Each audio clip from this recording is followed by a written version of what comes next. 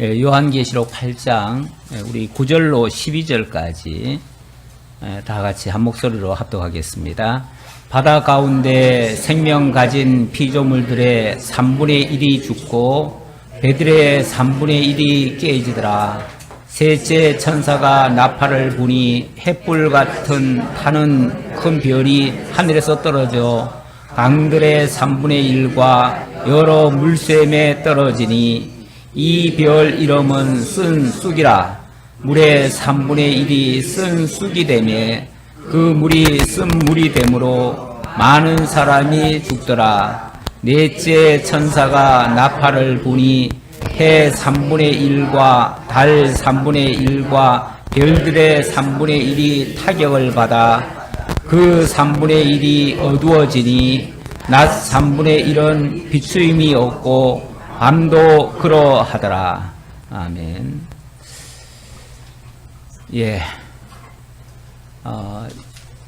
일곱째 인을 떼니까 일곱 나팔을 가진 천사들이 도열을 했습니다. 그리고 그 천사들에 의해서 나팔이 하나씩 불려지기 시작합니다. 지난주에는 첫째 나팔 분 장면까지를 살펴봤어요. 그리고 둘째 나팔 불 때 이야기 잠깐 하다가 그리고 멈췄는데요. 첫째 나팔이 불려지니까 이 수목의 3분의 1이 불에 타더라. 이 땅이 큰 침을 받더라 그랬어요. 쉽게 말하면 땅이 어떤 영향에 의해서 망가지는 거죠. 망가져서 수목의 3분의 1. 그러니까 어찌 보면 육지에 거하고 있는 생명체의 3분의 1이 타버리는, 불에 타는 이런 일들이 있더라는 거죠. 자, 그리고 두 번째 나팔을 부니까 큰 산과 같은 것이 바다에 던져져서 바다의 3분의 1이 피가 되더라. 바다가 피가 되더라. 그러다 보니까 그 안에 있는, 바다 안에 있는 생명체들이 죽어가는데 3분의 1씩 죽어가더라. 3분의 1이면은 어마어마한 양이죠. 거기에 그 배를 가지고 그 바다를 이용해서 살던 것들도 한 3분의 1씩 없어지더라. 쉽게 말하면 바다를 이용해서 유익을 보던 자들이 그만큼 망한다 그 소리죠. 망한다. 단순히 배만 얘기하는 게 아니라 이 바다를 통해서 뭐 장사하는 사람도 있고 어부들도 있고 뭐 여러 가지 많잖아요. 많은데 그것들이 3분의 1이나 깨어지더라. 그리고 세 번째 천사가 나팔을 부니까 횃불같이 타는 큰 별이 하늘에서 떨어져 강들의 3분의 1과 여러 물샘에 떨어지니 이 별 이름은 쓴 쑥이라. 하늘에서 별이 하나 떨어졌는데 그 별의 이름은 쓴 쑥이라고 얘기를 하고요. 그 쓴 쑥이 이번엔 어디를 떨어지냐면은 모든 물의 근원인 강이나 또는 그 물샘에 떨어지더라는 거죠. 물샘에 떨어지니까 물이 오염이 되는 거예요. 이 쓴 오염이 되는 거예요. 쓴 쑥이니까 쓴 쑥에 오염이 돼 가지고 그것에 의해서 도저히 물을 마실 수가 없는 거죠. 사실 물을 마실 수 없으면은 다른 어떤 것보다도 정말 큰 충격입니다. 모든 생명체들은 물이 없이는 살아갈 수가 없어요. 그러다 보니까 결국 이 생명체들의 멸망이 촉진이 되는 거죠. 자, 이 점점 더 합니다. 갈수록 더 태산이죠. 네 번째 천사가 나팔을 부니까 해 3분의 1과 달 3분의 1과 별들의 3분의 1이 다 타격을 받아서 3분의 1이 어두워지더라. 해, 달, 별들, 어떤 천체죠. 저 하늘에 있는 천체가 이상이 일어나는 거예요. 그래가지고 천체가 변하기 시작하니까 빛을 잃어요. 빛을 잃으니까 그 영향이 이 지구에도 직격탄이 오는 거예요. 그래서 이 지구에 있는 생명체들에게도 엄청난 타격이 오는 겁니다. 자, 그래서 낮 3분의 1은 비추임이 없고 밤도 그러하더라. 아무래도 빛은 낮에 영향을 많이 주니까 낮이 그만큼 안 좋아지고 밤에도 나빠지더라. 자, 지금 쭉 열거를 했습니다. 제가 자세하게 설명을 안 드리고 쭉 열거를 했는데 가만히 보니까 땅에 재앙이 있죠. 그 다음에 바다에 재앙이 있죠. 또 물에 재앙이 있죠. 그 다음에 하늘에 재앙이 있어요. 이 모든 걸 다 통틀어서 하나님이 지으신 피조계죠. 뭐 보통은 이제 일반적으로는 자연계다 이렇게 얘기를 해요. 그러니까 자연계에 어떤 큰 타격이 온다 그 얘기예요. 뭔가 지금 하늘, 땅, 바다, 강, 뭐 물, 뭐 좌우간 이 세상의 생명의 조건이라고 만들어졌던 그 아름다운 이 지구의 이 환경이 너무너무 나빠진다 그런 얘기예요. 한마디로 말하면 나빠진다. 이 모든 일들이 네 천사가 나팔 4개를 부는 동안에 이런 일들이 만들어지더라 그 얘기예요. 그리고 그리고 나서도 또 몇 개 남았죠? 3개 남았죠.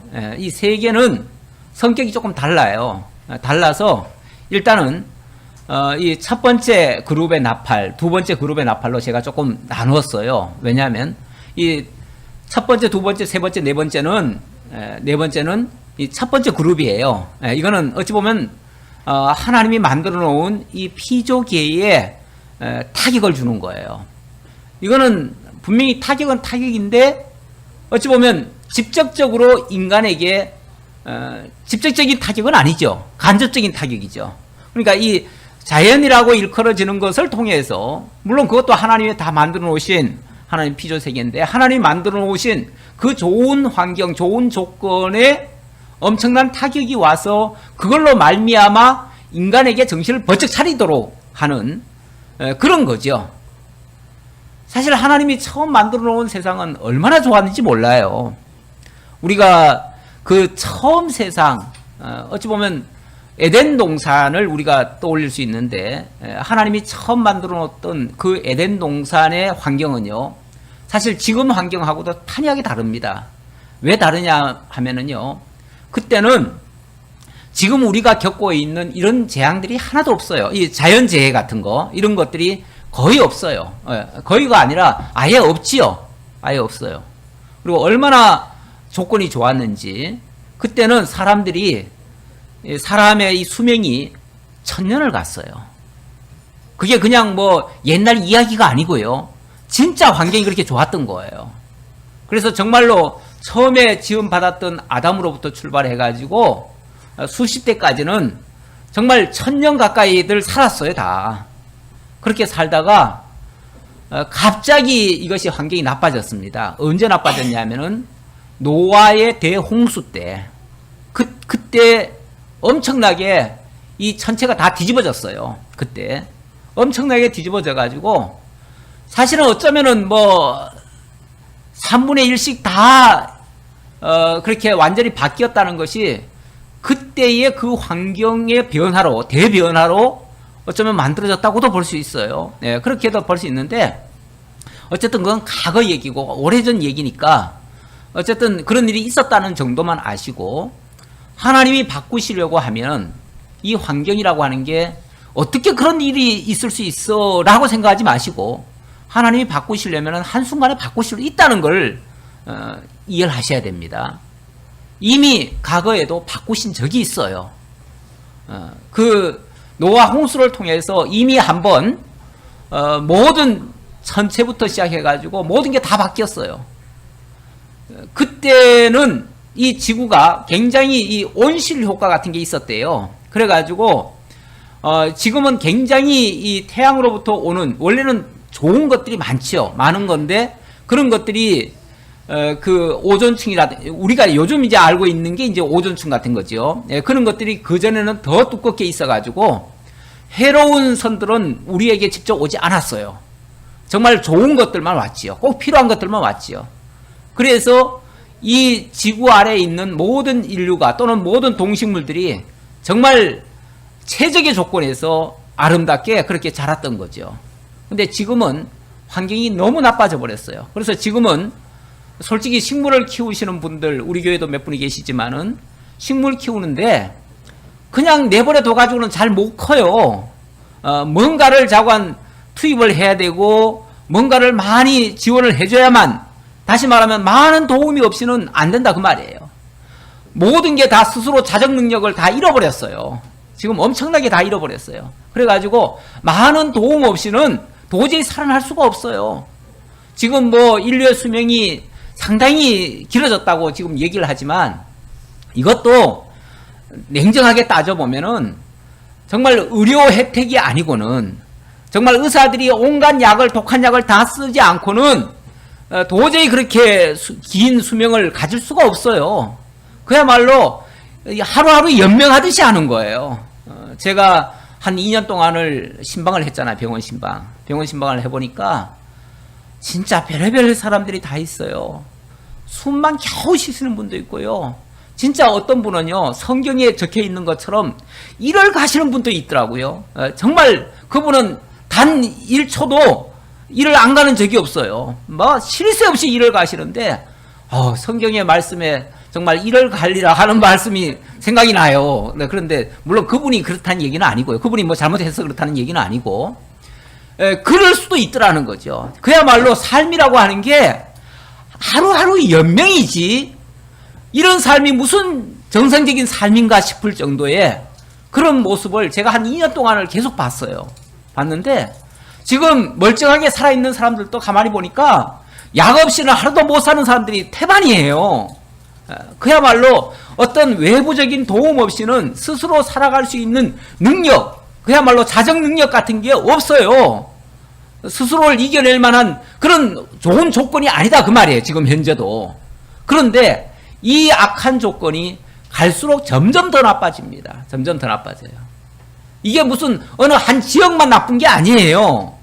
그리고 한 곳만, 예를 들어서 하늘만 그런 게 아니고 땅도 그렇고요, 바다도 그렇고요. 요즘 들어서 뉴스가, 이 세상 뉴스도요, 그냥 지나가는 뉴스로 들리질 않아요. 정말 우리가 요한계시록을 지금 보고 있어서 그런지는 몰라도 이 요한계시록의 말씀이 어쩌면 이렇게도 지금 현세에서도 이렇게 보이고 있는가라는, 진짜 지금 현재 벌어지고 있는 각종 사건들 다 끌어모으면은 요한계시록이 그대로 지금 펼쳐져 있는 모습 같은 느낌이에요. 저는, 제가 볼 때는 그래요. 뭐 엊그제도 보니까 무슨, 물론 그것이 이제 바다에 떨어져 가지고 다행히 사람은 별로 안 죽었습니다만은 뭐 우박이 뭐 이만한 게 떨어졌다고 그래요. 이탈리아에 이만한 우박이 떨어져 가지고, 그것도 뭐 잠깐 떨어지고 말아서 괜찮은데 정말 그것이 만약에 사람 사는 곳에 떨어졌다면은 아마 어마어마하게 죽었을지도 몰라요. 예. 우리 요수아에 보니까 하나님께서 그 대적을 치시는데 우박으로 쳐가지고 여호수아가 칼로 죽인 자보다 우박으로 죽은 자가 더 많더라, 이런 성경이 있어요. 이런 구절이. 그러니까 과거 역사지만은 그런 일들 분명히 있었고요. 실제로 하나님의 역사 속에 보면 이런 놀라운 일들, 정말 우리가 지금으로서는 상상이 안 되는 그런 일들이 엄청나게 일어나고 있다는 거예요. 지금 뭐 얼마나 사실은 하늘도 뚫려가지고, 하늘이 구멍 뚫린 거예요. 구멍 뚫려가지고 정말 내려오지 말아야 될 온갖 선들이 다 내려와가지고, 옛날에는 햇빛을 좀 쬐야 좋다고 그랬는데 요즘은 햇빛 쬐면 큰일 난대요. 예, 그 정도로 사람이 이거 견디기가 어렵게 됐어요. 어떻게 자꾸 변하는지, 요즘은 뭐 알래스카의 온도가 지금 32.2도까지 올라갔다고 그러더라고요. 예. 그러니까 이거 뭐 옛날에는 알래스카에 가가지고 뭐 냉장고 팔아먹으면은 정말 기술자라 그랬는데, 장사꾼이라 그랬는데, 요즘은 에어컨을 팔아야 된대요. 그 정도로 자기네들이 이제 필요가 하게 됐대요. 예. 그러니까 이게 세상이 완전히, 이게 지구 환경이 완전히 바뀐 거예요, 지금. 예. 앞으로 우리나라도 어떻게 바뀔지 몰라요.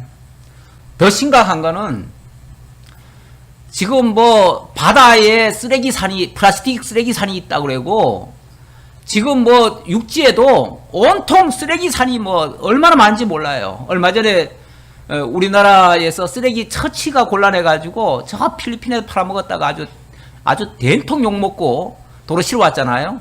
실어 왔는데 실어 와가지고 어디 버릴 데가 없어가지고 저 지방에 어디 구석진 데 갔다가 몰래 다 갖다 버린대요.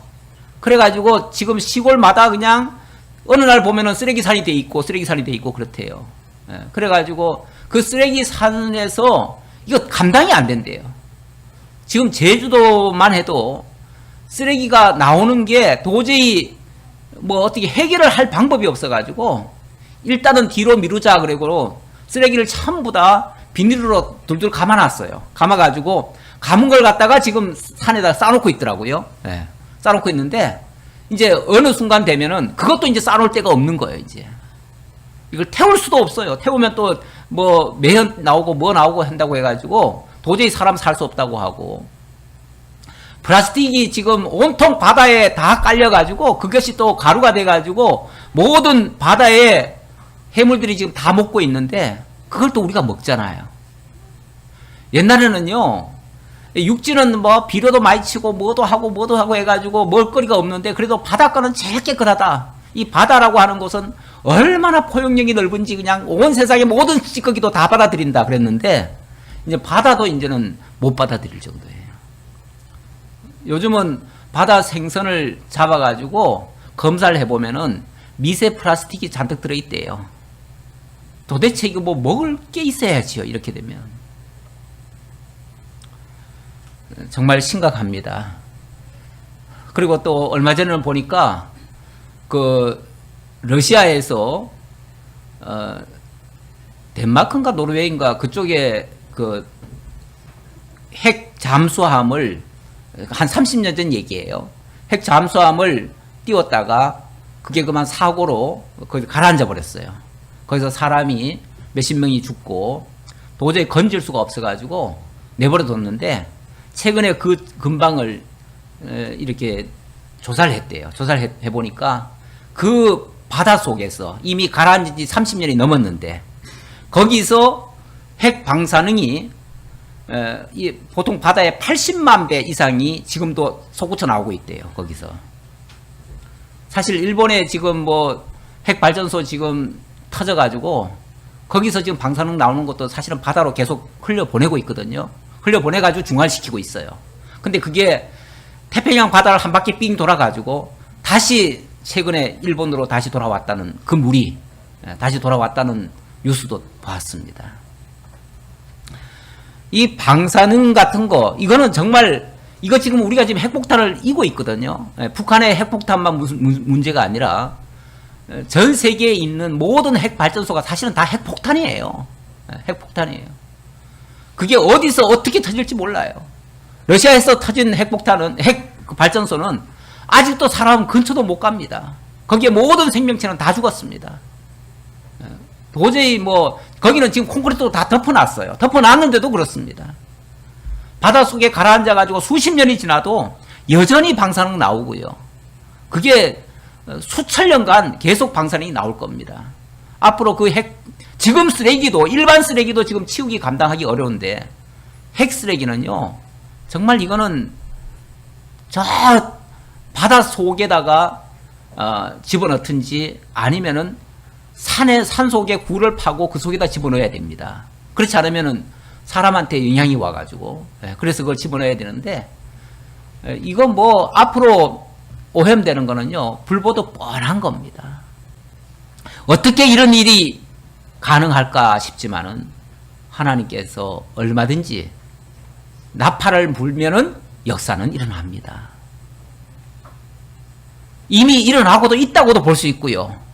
앞으로 더 일어난다고도 볼 수 있고요. 그래서 이것이 당장 오늘 어떤 사건이 일어났으니까 이거는 뭐 구약의 이 성경에 있는 이 말씀과 다이렉트로 1대1로 대입해가지고 그대로 바로 적용해서 해석하고 이렇게 할 건 아니고요. 그렇게 할 건 아니고 왜냐하면 이것은 어떤 순차적으로 된다는 얘기가 아니에요. 성경은 물론 기록상은 기록 방법이 순차적으로 기록되어 있으니까 첫째, 둘째, 셋째, 넷째 이렇게 나오지만 이건 사실은 병렬적이에요. 다시 말하면 이 사건과 이 사건이 시간적으로는 떨어져 있고요. 사실은 선후가 바뀔 수도 있어요. 그래서 그거는 직접적으로 다이렉트로 연결할 건 아니고요. 다만 이런 일들은 분명히 있을 수 있다는 걸 얘기하고요. 하지만 이거는 어디까지나 뭐라고요? 인간에게 직접 타격을 주는 것은 아니고요. 이거는 간접 타격이에요. 간접 타격이라고 하는 것은 일종의 경고성이죠. 경고라고 하는 것은 무슨 경고일까요? 빨리 정신 차리라는 거죠. 그리고 빨리 뭐 하라는 거예요? 하나님께로 돌아오라는 거죠. 이제 이 세상에다가 우리가 소망 둘 것이 아니다. 그 얘기죠. 일찍이 하나님께서 애굽에다가 10대 재앙을 퍼부었잖아요. 퍼부은 이유 중에 하나는 물론 첫째는 애굽에 대한 하나님의 진노지요. 애굽에 대해서는 진노지만 이스라엘에 대해서는 뭘까요? 빨리 이곳에서 나와라 그 얘기 있죠. 나와라. 여기는 너희들이 살 곳이 아니다. 그걸 지금 알리는 거죠. 그러니까 너희도 만약 여기서 머뭇머뭇거리면은 뭐 된다? 너희도 이렇게 당한다. 그러니까 너희는 빨리 나와라. 소돔성이라고 하는 곳이 원래 어떤 곳입니까? 그냥 표면적으로 봤을 때는요. 그 롯이 소돔성을 원래 아브라함과 롯이 같이 살았잖아요. 같이 살다가 너무 이제 부자가 되다 보니까 서로 부자가 됐죠. 그러다 보니까 함께 작은 땅에서 같이 살기에는 벅찼어요. 그러다 보니까 아브라함이 너하고 나하고 그래서 자꾸 싸웠어요. 그 종들이 자꾸 싸우니까 우리가 서로 싸우면 되겠느냐. 싸우지 말고 좀 나뉘어 살자. 그래가지고 네가 자하면 나는 우하고 네가 우하면 내가 자하겠다. 다시 말하면 너에게 먼저 선택권을 줄 테니까 네가 먼저 좋은 땅 가져라. 그러면 내가 안 좋은데 내가 가마. 그 얘기 한 거예요. 그랬더니 롯이 가만히 보니까 어디가 좋은가 하고 살펴보니까 소돔성이 너무 좋은 거야. 왜냐하면 소돔성은 그 당시에 이미 문명이 발달해가지고 굉장히 화려한 도시였어요. 오죽하면 그의 눈에 뭐 같이 보였냐면 에덴 동산 같더라. 하나님이 지어놓으신 에덴 동산 같더라. 그 맨날 사막 같은 데 살던 사람이 그렇게 문명의 도시를 보니까 너무 화려하고 아름답고 좋아 보인 거예요. 그래가지고 저는 저쪽으로 가겠습니다 하니까 뭐 조금 섭섭하지만은 아브라함이 그렇게 하라고 그랬죠. 그렇게 해서 소돔성으로 들어갔습니다. 너무 좋아서 들어간 거예요. 그런데 얼마 지나지 않아서 그곳은 어떤 도시라는 게 들통났어요? 그렇죠. 너무너무 타락한 도시. 정말 하나님을 대적하는 도시. 그리고 정말 요즘 말로 하면은 동성애가 가득 찬 그야말로 성적인 타락과 모든 것의 타락은 다 포함되어 있어요. 그게 한 가지만 얘기하는 게 아니라 정말 갈 때까지 간 도시가 돼버렸어요. 그런데 그것이 사람 보기에는 너무 좋아 보인 거예요. 지금 우리가 보고 있는 이 세상도 어쩌면 살만한 도시 같잖아요. 좋은 곳 같잖아요. 여기가 정말 천국 같잖아요. 그래서 뭐 어떤 사람들은 여기가 좋사오니 나는 여기서 영원히 살리라 이렇게 말하는 사람도 있어요. 근데 우리 하나님은 자꾸 이런 이야기를 해주시는 이유는 뭐겠어요? 여기가 너희들 살 땅이 아니야. 너희가 바라볼 땅은 영원한 땅이 따로 있어. 여기에서 성공할 생각하지 말고 영원한 하나님의 나라를 바라봐. 그 얘기죠. 그 얘기를 하시려고 뭔가 재앙을 자꾸만 던지시는 거죠. 재앙의 신호를 보내시는 거죠. 이런 말씀도 있습니다. 우리 예수님이 망대가 무너져가지고 18명이 죽은 사건이 있었잖아요. 그때 제자들이 물었어요. 그 사람들이 얼마나 죄가 많아서 하늘이 이렇게 벌을 내렸을까요? 라고 물었더니 그 사람들이 죄가 더 많다는 게 아니고 너희도 회개하지 아니하면 이와 같이 망하리라 이렇게 말씀하셔요. 그러니까 그 사건을 보고 어찌 보면 재앙 같은 사건이에요. 재앙 같은 사건인데 그 사건을 보고 누구를 정죄할 게 아니고 누구 탓이라고 하지 말고 네가 정신 차려라 그 말이에요. 네가 거기서 벌떡 일어나지 않으면 너에게도 그런 재앙이 올 수 있다는 것을 짐작하고 예상하고 너는 네가 정신 차려라. 네가 하나님 앞에 바로 서라. 그 얘기잖아요. 그러니까 우리에게 이 세상에 여러 가지 안 좋은 징조들, 물론 그건 안 좋은 징조들이니까 그것 때문에 우리가 근심거리가 될 수도 있지만 또 한편으로는 우리가 하나님을 만날 수 있는, 하나님께로 다가갈 수 있는 좋은 신호예요. 그래서 우리에게는 그것이 재앙의 소리가 아니라 사실은 복음이에요. 하나님이 부르시는 복음의 나팔 소리라 그 말이에요. 그러니까 이 말씀을 통해서 우리 주님이 우리를 어디로 부르신가를 지금 우리가 생각을 하셔야 돼요.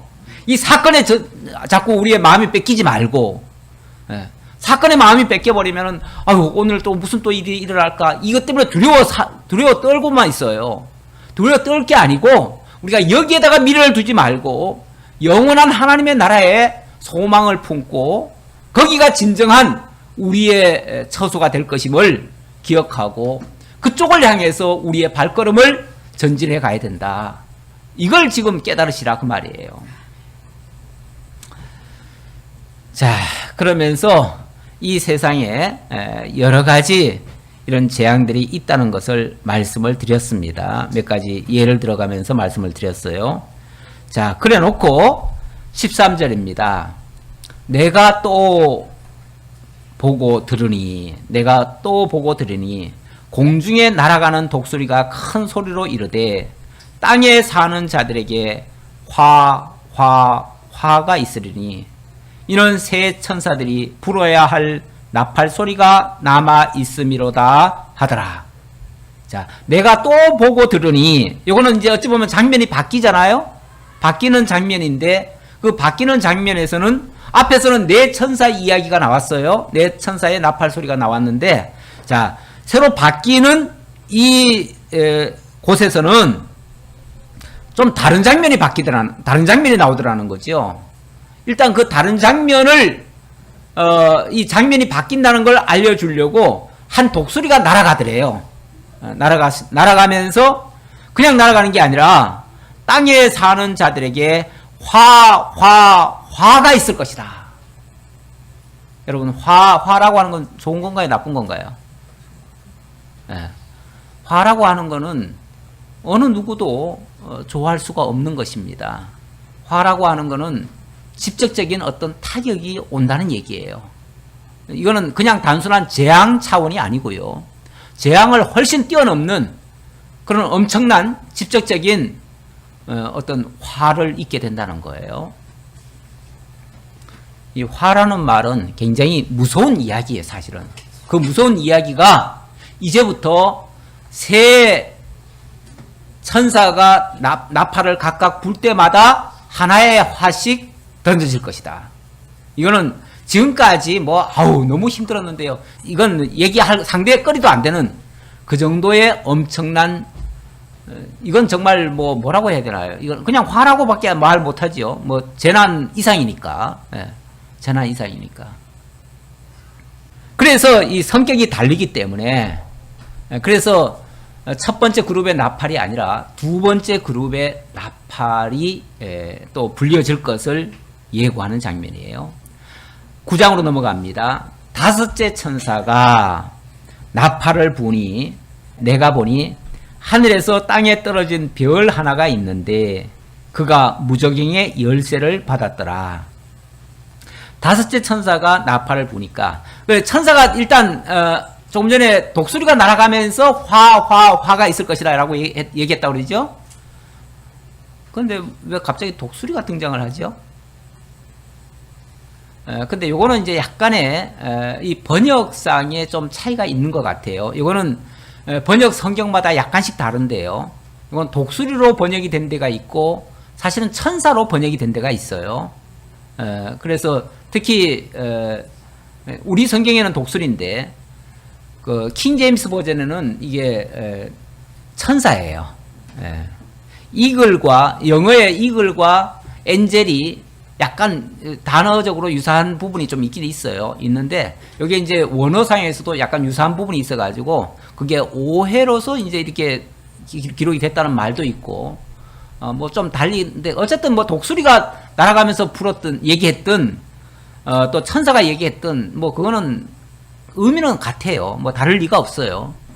다만 독수리가 그렇게 불었다는 말은 조금 이 독수리가 좋은 때에 등장을 합니까? 사실 나쁜 때 등장합니까?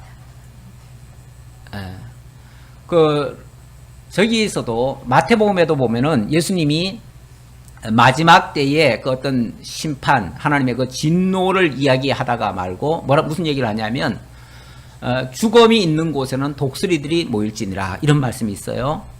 죽음이 있는 곳에 독수리들이 모인다. 독수리들이 있는 곳마다 사실은 죽음이 있다. 독수리는 곧 죽음을 상징하기도 하고 시체를 또 좋아하나 봐요. 독수리들이. 그런가요? 잘은 모르겠지만 자오간 그렇다고 그래요.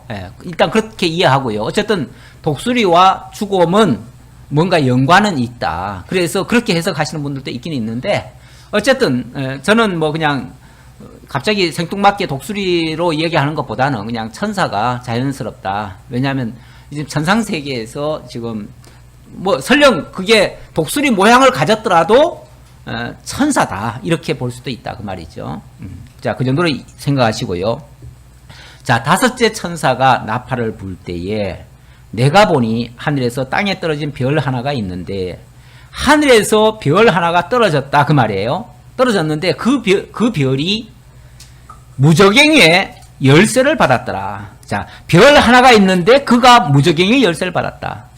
별이라고 얘기를 했는데 그 다음 말은 그가 무저갱이 열쇠를 받았다. 그리고 그 무저갱이 열쇠를 가지고 뭔가를 지금 역사를 한다 그 말이잖아요. 그러니까 이게 단순한 별똥별 같은 그런 별이 아니고 뭐라는 거예요? 어떤 인격적 존재라는 거예요. 그렇죠? 어떤 뭔가 인간을 향해서 엄청난 역사를 행할 만한 그런 어떤 권세자라는 얘기예요. 이게 아직 뭔지는 정확히 지금 안 밝혔지만 그 다음 이야기를 좀 더 들어봐야지요. 자, 그런데 그가 와가지고 하는 일이 뭐냐면 그가 무저갱을 여니 그 구멍에서 큰 화덕의 연기 같은 연기가 올라오매 해와 공기가 그 구멍의 연기로 말미암아 어두워지며 또 황충이 연기 가운데로부터 땅 위에 나오매 그들이 땅에 있는 정갈의 권세와 같은 권세를 받았더라. 자, 일단 별 하나가 무저갱의 열쇠를 받았어요. 자, 엄청난 어떤 열쇠를 받았다고 하는 것은 엄청난 권세가 주어졌다는 얘기예요. 근데 무저갱이라는 말은 원래 이 끝없는 낭떠러지를 무저갱이라고 하거든요. 그건 이제 어찌 보면 지옥을 상징하기도 해요. 지옥을 상징하기도 하는데 어쨌든 악한 자들이 장차 들어갈 그런 어떤 심판의 장소라고 말할 수 있어요. 근데 그 심판의 장소가 열려버린 거예요. 그 갇혀져 있는 그 구멍을 열어버렸어요. 열쇠로 열어버렸어요. 그러면은 그곳에는 정말 하나님의 심판의 대상들이 그 속에 들어가가지고 영원한 심판을 받아야 될 것들인데 쉽게 말하면 그 안에는 좋은 것들이 없을 거예요. 틀림없이 보나마나 악한 것들이 있을 것이고 그 악한 것들이 어쩌면은 그동안 이 세상을 미혹하거나 더럽히거나 황폐하거나 좌우간 이 세상을 처음에 하나님이 지으신 그 에덴 동산 같은 그 좋은 환경의 세상을 악한 세상으로 바꾸어 놓은 그런 주역들이에요. 주역들이 그 속에 있을 거예요. 근데 그것들을 열어버려요. 가둬놓은 걸 갖다 열어버려요. 열었으면은 결국 그것들이 다시 나와가지고 뭐 하겠어요? 더 못된 짓을 하겠지요. 틀림없이. 거기서 또 황충이 올라오더래요. 황충. 이 황충이라는 것도 뭐 엄밀하게 말하면은 그냥 벌레 얘기잖아요. 그렇죠? 곤충 중에 하나잖아요. 그런데 이거 역시도 단순히 곤충으로 볼 건 아니고요. 이것도 어떤 인격적인 존재예요. 그러다 보니까 그 황충이 연기 가운데로부터 나와가지고 땅 위에 올라오죠? 땅 위에 올라와가지고 연기 가운데로부터 나온다는 거는 쉽게 말하면은 지금 무저갱 속에다 집어넣었으니까 저 낭떠러지 속으로 떨어졌을 거 아니에요? 근데 이게 연기처럼 올라오니까 이제 그냥은 못 올라오지요. 그냥 못 올라오는데 연기처럼은 올라오지요. 그러니까 연기처럼 올라와가지고 이게 이제 사람이 알 수 있는 어찌 보면 우리의 인식 기능의 한계를 이제 그렇게 보여줄 수밖에 없어요. 이렇게 표현할 수밖에 없어요. 이거는 물론 요한 사도가 지금 환상 중에 본 것을 그대로 지금 기록하다 보니까 마치 뭐 생김새는 황충 같기도 하고 또 하늘에서 뭔가 뚝 떨어졌는데 별이 하나 떨어진 것 같기도 하고 뭐 이렇게 지금 표현하는 거예요. 표현하는 건데 정확히 그게 별이 아니고요. 또 정확히 그게 황충이 아니고요. 사실은 어떤 거대한 권세예요. 권세인데 그 권세가 이 땅에 올라와 가지고 드디어 이 땅에 있는 어떤 역사를 하는 거예요. 무슨 역사냐? 정갈의 권세와 같은 권세를 받았더라. 이 정갈이 원래는 정갈이 뭐죠? 조그만 쏘는 거죠. 예. 중국에 가니까 정갈 구워가지고 먹으라 그러더라고요. 그 사람들은 그 구워서 아주 잘 먹더라고요. 예. 근데 저는 뭐 도저히 용기가 안 나서 못 먹어봤는데, 어쨌든 이 정갈이 쏘면은 굉장히 아마 아프고 고통스럽고 그러다가 또 죽기도 하고 그런 모양이에요. 그만큼 아프게 한다는 얘기죠. 인간을 아프게 하는 어떤 권세를 받아가지고 그걸로 사람을 괴롭히는 거죠. 그들에게 이르시되 땅의 풀이나 푸른 것이나 각종 수목은 해하지 말고 오직 이마에 하나님의 인침을 받지 아니한 사람들만 해하라 하시더라. 근데 정말 참 이 엄청난 재난, 정말 이건 화예요, 화 중에서 첫 번째 화예요. 첫 번째 화인데 이거는 어마어마한 도저히 인간으로서는 견디기 어려운 그런 화예요. 어찌 보면 앞에 그 나팔에 의해서 이루어지는 일들은요, 어쩌면 이 지구상에 있는 모든 인류가 함께 겪어야 될 일들이에요. 그리고 이거는 어디까지나 그냥 경고성이에요. 경고성. 그러니까 무슨 재난이 있다고 해도 무슨 천재지변이 일어났다고 해도 그것 때문에 우리가 다 죽는 건 아니잖아요. 그러니까 그거는 어디까지나 우리에게 경종만 울리는 거예요. 정말 하나님의 역사가 이렇게 무섭게 앞으로 일어날 수 있으니까 정말 하나님을 떠나서는 안 되고 하나님을 배도해서는 안 된다라고 하는 그런 어떤 하나의 경고예요. 경고인데 이 두 번째 이 그룹에서 불려지는 이 나팔에 의해서 만들어지는 역사들은 이건 엄청난 직격탄이에요. 그냥 화예요. 그야말로 화. 그런데 놀랍게도 놀라우면서 또 감사하게도 누구만 해야라고요? 예. 지금 뭐 땅에 풀이나 푸른 것이나 수목 이런 것들은 해하지 말고 오직 이마에 하나님의 인침을 받지 아니한 뭐만 사람들만 해하라 하시더라.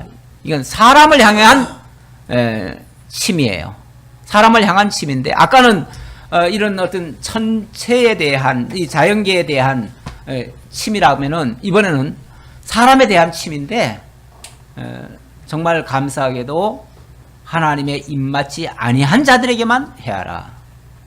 반대로 말하면 하나님의 입맞은 자들에게는 해하지 않는다. 그 얘기잖아요. 하나님의 택한 백성들은 구원하면서 한편으로는 치는 이런 역사죠. 진짜 애굽 땅에서 10대 재앙이 일어날 때에 그때 뭐 막 한쪽에서는 해가 어두워지고 뭐 별의별 역사가 다 일어났죠. 예, 다 일어났는데 고센 땅에는 이스라엘 백성들이 살고 있는 고센 땅에는 개도 혓바닥을 놀리지 않았다. 이런 말이 나와요. 예. 다시 말하면 거기는 아무 일이 없었다 그 말이죠. 아무 일이 없었다. 예. 개도 놀래면은 개가 원래 이 인지 기능이 굉장히 발달되어 있어가지고 멀리서 일어나는 일에도 반응을 하고 막 그러거든요. 근데 그쪽에 있는 개들은 아무런 반응도 안 했다는 거죠. 거기는 하나님이 철저하게 보호하셨다는 거죠. 그 보호받는 자들이 바로 하나님의 입맞은 자들이다. 그 입맞은 자들은 지난번에 14만 4천이라는 이야기를 했고요. 하나님의 택한 백성들을 두고 하는 말입니다. 자, 그러면서 그러나 자 이제는 그러니까 하나님의 인침을 받지 아니한 사람들은 직격탄을 받아가지고 이제 해를 받을 거예요. 받는데 또 그 다음 문제가 있어요. 그 다음 문제가 뭐냐면, 그러나 그들을 죽이지는 못하게 하시고 5달 동안 괴롭게만 하게 하시는데, 그 괴롭게 함은 정갈이 사람을 쏠 때 괴롭게 함과 같더라. 이거 뭐예요? 저 안 믿는 사람들은 그런 생각들을 많이 해요. 세상 어차피 한번 왔다 그냥 가면 끝이고, 그래서 그냥 이 세상에서 기회 있을 때 한 건 하고 그냥 크게 성공하고, 그리고 그냥 끝내주게 살다가 뭐 잘못되면은 죽으면 그만이지. 이렇게 죽음으로 모든 걸 다 끝내려고 그래요. 그리고 죽음 이후에는 더 이상 없는 줄 알고, 그렇게 해서 죽으면 끝이라고 생각하고 단순하게 생각하는 거죠. 단순하기 때문에 죄도 짓는 거예요. 정말 하나님의 역사를 알고 자기가 이게 얼마나 정말 못된 일이고 이게 정말 망할 짓이라는 걸 알면은 어떻게 못된 짓들을 하겠어요. 하나님 모르니까 나타나는 현상들이에요. 그런데 자, 여기 본문에 보니까 그러나 그들을 죽이지도 못하게 하시고 5달 동안 괴롭게만 하시는데, 죽이지도 못하게 하고, 너무 힘들면 사람이 죽고 싶잖아요. 차라리 죽었으면 좋겠다 그러는데 죽지도 못한대요. 죽어야 될 때에 죽지 못하는 건 큰 재앙입니다. 이것도. 사실은 죽는 것도요, 정말 복된 죽음이 있어요. 우리 하나님께서는 성도들의 죽음을 귀히 존귀히 여기신다, 이런 말씀이 있어요. 성도들의 죽음은 결코 나쁜 게 아니에요. 하나님께서 이 땅에 당신을 배우게 하시고 당신을 깨닫게 하시고 당신과 함께 영원히 살 자격자를 만들기 위해서 이 땅에 내보내셨거든요. 그래서 이 땅에서 온갖 훈련을 통해서 정말 하나님 발견하고 자기 존재가 무엇인지 알고, 그리고 하나님께로 다시 돌아가면 하나님과 더불어 영원히 살 건데 얼마나 존귀한 삶이 펼쳐지겠어요. 그 다음 삶이. 그래서 정말 그러한 삶과 죽음은 다 의미가 있고 정말 고귀한 거예요. 우리 하나님께서도 그거는 굉장히 존귀하게 여기신대요. 그런데 정말 아무 의미 없이 왔다가 목적 없이 살다가 수단 방법 가리지 않고 이 땅에서 뭔가를 다 누리려고 얻으려고 온갖 방법 다 쓰다가, 그리고 끝나면 그냥 확 죽어버리면 그만이다 생각했는데 죽지도 않아요. 이거는 이제 큰일 나는 거죠. 죽지 않는 것도 큰일 나는 거예요. 때에 따라서는 죽어야 되는데 안 죽는 것도 이게 정말 괴로운 일이에요. 힘든 일이에요. 그만큼 고통이 이어진다는 얘기겠죠. 예. 그날에는 사람들이 죽기를 구하여도 죽지 못하고 죽고 싶으나 죽음이 그들을 피하리로다. 죽고 싶으나 죽음이 피해간대요. 이 복이 아니고요, 저주예요. 엄청난 저주예요. 정말 우리는 하나님 부르실 때 얼른 가는 게 좋아요. 얼른 가는 게 좋은데, 하나님이 이 땅에서 우리가 또 할 일이 있기 때문에 이 땅에서 할 일을 또 부지런히 하셔야 돼. 그러니까 하나님이 부르기 전까지는 정말 우리가 무엇을 해야 되는지에 거기에 마음을 쓰고 그 일을 최선을 다하셔야 돼. 아무것도 한 일도 없이 괜히 가면 안 되잖아요. 그렇죠? 아무것도 안 하고 그냥 아이고 그냥 몸만 괴로우니까 빨리 가야 되겠다. 그건 자기 도피죠. 현실 도피죠. 그런 도피 말고 진짜 이 땅에서 하나님이 원하시는 일을 하고 정말 하나님 깨닫고 정말 이제 하나님 앞에 가면 여한이 없다 싶을 정도의, 그때 정말 주님 앞에 가면 그는 복 있는 사람이에요. 예수님 오시기 직전에 선지자하고 제사장하고 막 기도하잖아요. 메시아 보내달라고 간절히 기도했어요. 기도했는데 정말 주님을 만났어요. 만나고 나니까 그때 이제 기도한 사람이 시몬과 안나 두 사람이죠. 성전에서 기도했는데 그 사람들이 예수님을 보고 나서 뭐라고 그러냐면, 대주제요, 이제 저를 데려가 달라고. 정말 이제 주님을 만나고 주님 앞에 갈 수 있다는 게 얼마나 행복한지 모르겠다고. 그러면서 이제 저를 놓아주시니 너무 감사합니다 하면서 죽음을 너무 기쁨으로 받아들여요. 예. 그리고 정말 주님 앞으로 가지요. 예. 그분의 어찌 보면 사명이라고 하면은 이 땅에 주님 오기를 간절히 구하는 그 사명을 가졌던 거예요. 그리고 그 주님 오시는 걸 보고 정말 떠나가는 걸 너무 기쁘게 여기고, 우리가 이 땅에 와서 정말 하나님 발견하고 하나님의 뜻을 깨닫고 그리고 영원히 살기 위해서 하나님이 불러가신다면 그거는 정말 복 있는 삶이다. 그것도. 그런데 죽고 싶은데도 못 죽는다는 것은 너무 불행한 일이다. 그런데 누가 그렇게 되는가? 물론 악한 자들이죠. 대적자들이죠. 그들에 대해서는 하나님께서 죽고 싶은데요 그랬더니 아직 아니야. 조금 더 있어. 그리고 더 고통을 주는 거죠. 우리가 그런데 걸리면 안 되죠. 뭐 억지로 무조건 수명만 길게 한다고 좋은 것도 아니에요. 사실은. 좋은 것도 아니고 정말 의미 있는 삶, 하나님 바로 깨닫는 삶, 하나님과 더불어 동행하는 삶. 그래서 여기서나 거기서나 항상 연결된다면은 여기서도 하나님의 나라고 거기서도 하나님의 나라예요. 이어지는 하나님의 나라의 삶으로 우리가 살아간다면 가장 현재도 행복하고요. 영원히 행복할 겁니다. 기도하겠습니다. 아버지 하나님 감사합니다.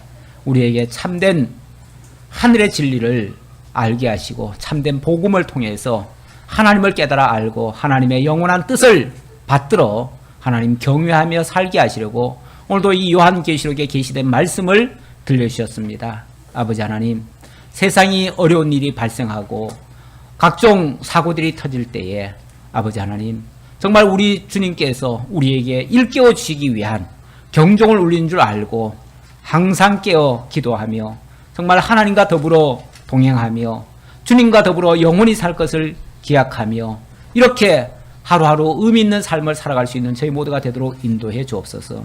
모든 것 감사드리옵고 예수님의 이름으로 기도하옵나이다. 아멘.